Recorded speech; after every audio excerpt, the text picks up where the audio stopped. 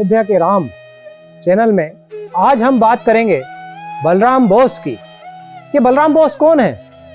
ये बलराम बोस वो हैं जिनके लिए स्वामी विवेकानंद ने कहा कि यदि तुम मेरे को अपने घर से सामने के दरवाजे से बाहर ठेल दोगे, हम तुम्हारे घर के पीछे के दरवाजे से फिर तुम्हारे घर में आ जाएंगे।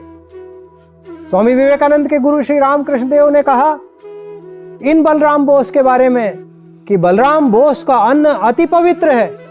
ये वही बलराम बोस हैं जो खूब पैसे वाले परिवार के होते हुए पूरे जीवन ईश्वर चिंतन, ध्यान और आराधना में निमग्न रहे और श्री ठाकुर श्री रामकृष्ण देव की सेवा में। श्री रामकृष्ण देव की सेवा में निमग्न होना इनका कोई ऐसी अचानक हुई घटना नहीं थी, ये पूर्व नियोजित घटना है। क्यों?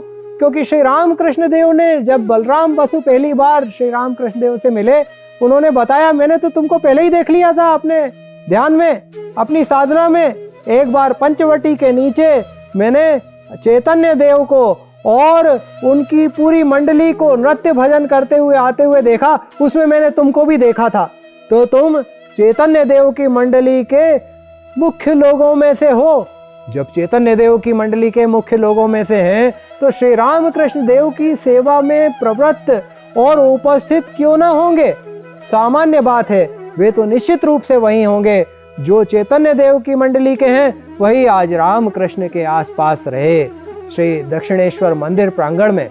अब देखते क्या है कि बलराम बोस जी के परिवार को देखें तो बलराम बोस जी के दादाजी स्वयं उन्होंने बड़ा अच्छा राधा कृष्ण का मंदिर अपने घर में बनवाया और ये राधा कृष्ण का मंदिर बनवाने में बहुत उधर आराधना होती रही, बहुत पूजा होती रही। तो ये श्याम सुंदर का मंदिर श्री राधा कृष्ण का मंदिर होने के कारण ही वहाँ के जगह का नाम श्याम पुकुर करके मोहल्ला हुआ।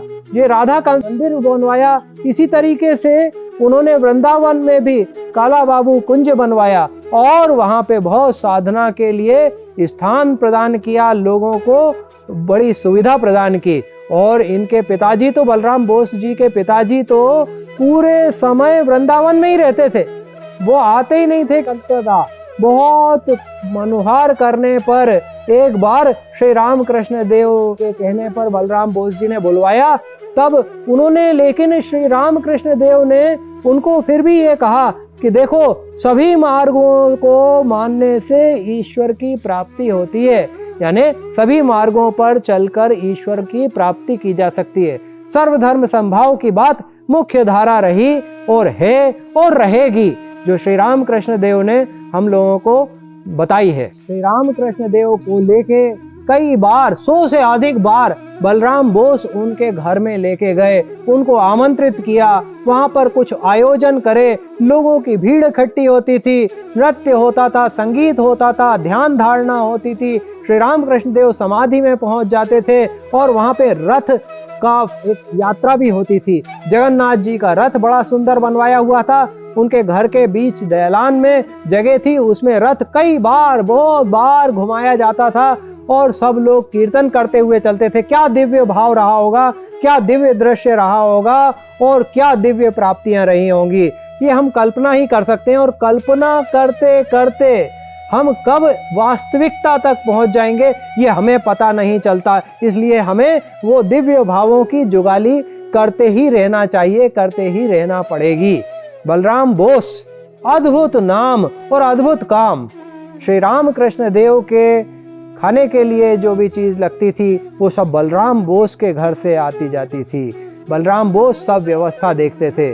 बलराम बोस ने श्री रामकृष्ण देव के पूरे समय में और उसके पश्चात भी वराहनगर मठ में जो व्यवस्था थी, वहाँ पे चावल और थोड़ी सी शाक भाजी खा रहे थे संत लोग, तो उन्होंने कहा कि आप घर पे आके कहा कि मैं अब चावल और शाक भाजी ही खाऊंगा। बाद में उनके घर वालों को पता चला रही है तो वराहनगर मठ में खाने की व्यवस्था उचित नहीं है, तत्काल उचित व्यवस्था कर दी गई। सब एक, और वो बड़े सज्जन हैं व्यक्ति, बहुत पैसे वाले होते हुए भी भीड़ में एकदम पीछे खड़े रहते हैं, किसी को पता ही नहीं चलता कि ये घर के ये मालिक हैं। वो हाथ जोड़े खड़े हैं। बताइए, सेवक भाव, हर स्वामी का सेवक भाव हो जाए तो उसके घर में सिद्ध संतों का, अवतार तत्वों का पदार्पण स्वतः ही निश्चित हो जाता है, ईश्वर प्रेरणा से, ईश्वर इच्छा से निर्मित हो जाता है। तो ये बलराम बोस की पत्नी एक बार बहुत बीमार पड़ी, वो दौड़ के आए कि इनको क्या हो गया। श्री रामकृष्ण देव ने कहा नहीं नहीं ठीक है, ठीक हो जाएंगी। बहुत सारी बातें जो उनके जीवन में चमत्कार भी पैदा करती रहीं। उनके भाई बहुत पीछे पड़ गए, एक चचेरे भाई थे कि कहीं ये ऐसा ना हो बाबा ही बन जाए बलराम बोस। तो उन्होंने कहा कि ठीक है, ऐसा करो कि उसको लेके मेरे पास आना। बलराम बोस ने कहा नहीं, वो नहीं आ पाएंगे। और फिर किसी और के माध्यम से, गिरीश चंद्र घोष जी के माध्यम से उन्होंने उनको बुलवाया और वो आए, और आके उनको जैसे ही श्री रामकृष्ण देव ने स्पर्श किया और कुछ बातें कही, वो तो बिल्कुल दिव्य भाव में निमग्न हो गए और एकदम साष्टांग प्रणाम करने लगे माँ काली को कि वाह क्या अद्भुत भाव है, मैं अभी तक यहाँ क्यों नहीं आया। तो ये श्री रामकृष्ण देव के सेवा में उनकी प्रार्थना के सहयोगी के रूप में जो बलराम बोस जुड़े हुए रहे हैं, ये बलराम बोस के दादाजी भी, पिताजी भी, उनके भाई लोग भी, उनकी पत्नी भी, पूरा परिवार इनकी दिव्य आराधना में कैसे साधक बन सके वैसा करता रहा। कुछ लोग बलराम बोस को बड़ा कंजूस समझते रहे, पैसा खर्च नहीं करते हैं, लेकिन बलराम बोस का ये कहना था कि मैं पैसा अपने ऊपर क्यों खर्च करूं, मैं पैसा अपने परिवार के ऊपर क्यों खर्च करूं, मैं पैसा साधुओं की सेवाओं के लिए खर्च करूंगा। साधु की सेवा के लिए उनका पैसा पूरा खुला हुआ था, खूब उदारता से खर्च करते थे। और स्वयं के लिए किसी ने कहा अरे ये इतने पतले से पलंग पे आप सोते हो, थोड़ा बड़ा पलंग बनवा लो, पैसे की क्या कमी है। बोले नहीं, जब इतने में काम चल जाता है तो क्यों, उस जो बचा हुआ पैसा है उसको उससे उपयोग करूंगा। बड़ी संपत्ति थी, लेकिन उन्होंने अपने चाचा को, उनके लड़कों को और भी रिश्तेदारों को कह रखा था कि आप लोग सब ये संपत्ति की संभाल करो, हमको तो पेंशन के रूप में आजीविका के लिए कुछ पैसा दे दिया करो। वो पैसा मासिक उनको मिल जाता था, उस पैसे से वो सब निर्वाह करते रहते थे। बलराम बोस की साधना इतनी अद्भुत रही कि वो साधना के लिए श्री रामकृष्ण देव के शिष्य जो स्वामी विवेकानंद है, एक बार बलराम बोस ने उनसे कहा कि देखिए आप तो श्री रामकृष्ण देव से प्राप्त करके देखिए आपको कितनी प्राप्तियां हो गई, आप तो स्वामी विवेकानंद होके विख्यात भी हो गए, आपको प्राप्तियां भी हो गई, आपको सविकल्प निर्विकल्प समाधि भी प्राप्त हो गई, सब तो हो गया, मुझे तो कुछ ऐसा नहीं लगा, मुझे कुछ हुआ नहीं। स्वामी विवेकानंद बोले अरे तुमने अवतार तत्व की इतनी सेवा करी, तुम्हारा अन्न इतना पवित्र है, श्री रामकृष्ण देव स्वयं कहते हैं तुम्हारे घर में 100 से अधिक बार उन्होंने अपने चरण रखे और वहां पे दिव्य कीर्तन सब हुआ, तुमको तो कुछ भी करने की आवश्यकता नहीं है, तुमको मनन चिंतन आराधना, तुमको ध्यान कुछ करने की आवश्यकता नहीं है, तुम तो स्वयं तरे हुए हो। जो तारणहार हैं यदि वो तुम्हारे सामने ही उपस्थित हैं, तुम्हारे पास आते जाते हैं।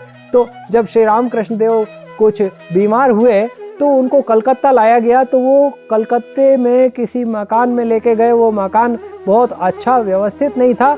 तो उसके बाद 7 दिन आके श्री रामकृष्ण देव बड़ी प्रसन्नता के साथ में बलराम बसु के घर में भी रहे।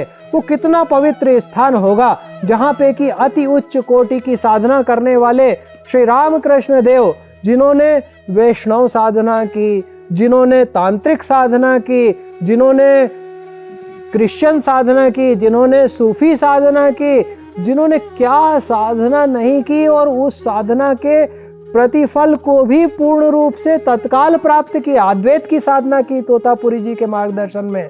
तो ये जो साधना का अनुक्रम है, ये निरंतर स्वाभाविक रूप से उसका प्रभाव अच्छे चुंबक से जो दूसरे लोहा भी हैं या छोटे चुंबक हैं उनकी तरफ अंतरित होता रहा है और सबको चुंबक बनाता रहा है। तो ये ईश्वरीय भाव सबको प्राप्त होता रहे, और ईश्वर के जो प्रार्थना करते हैं, जो सेवा करते हैं, जो ध्यान करते हैं, उन लोगों की सेवा का अवसर बलराम बोस जैसे रसददार होने का कैसे हमको अवसर प्राप्त हो, इसके लिए हमको ईश्वर से प्रार्थना करना चाहिए। तो देखिए संपन्नता भी है, ईश्वर कृपा भी है, सभी घटनाक्रमों का सुव्यवस्थित नियोजन हो जाना भी है, और हमेशा राम कृपा की प्राप्ति भी है।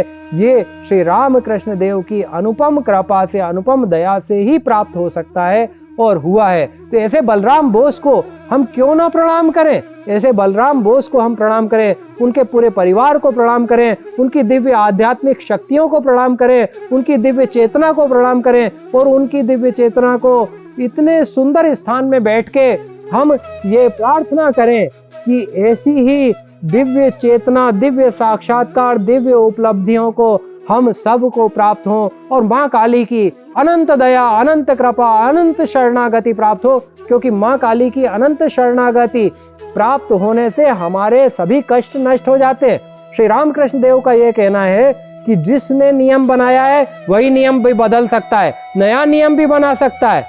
किसी ने कहा कि अरे ऐसा कैसे हो सकता है कि लाल गुड़हल के पेड़ में सफेद गुड़हल का फूल भी लग जाए। अरे बोले ठीक है। अगले दिन अचानक श्री रामकृष्ण देव को एक डगाल दिखी जिसमें कि लाल गुड़हल और सफेद गुड़हल भी लगा हुआ था। ईश्वर वैसा कर भी देता है और वैसा उन्होंने डगाल तोड़ के दिखा भी दिया, वो मान भी गए। क्या गजब बात है। तो जो बलराम बोस का आपस में श्री रामकृष्ण देव के शिष्यों से अंतरंगता हुई, उनसे जो भाव प्राप्ति हुई, वो अद्भुत है। कथा अनंत है, हरि अनंत है और इसलिए हमको सभी अवतार तत्वों को प्रणाम करते हुए श्री बलराम बसु को भी प्रणाम करना चाहिए। हरि ओम तत्सत, हरि ओम तत्सत, हरि ओम तत्सत।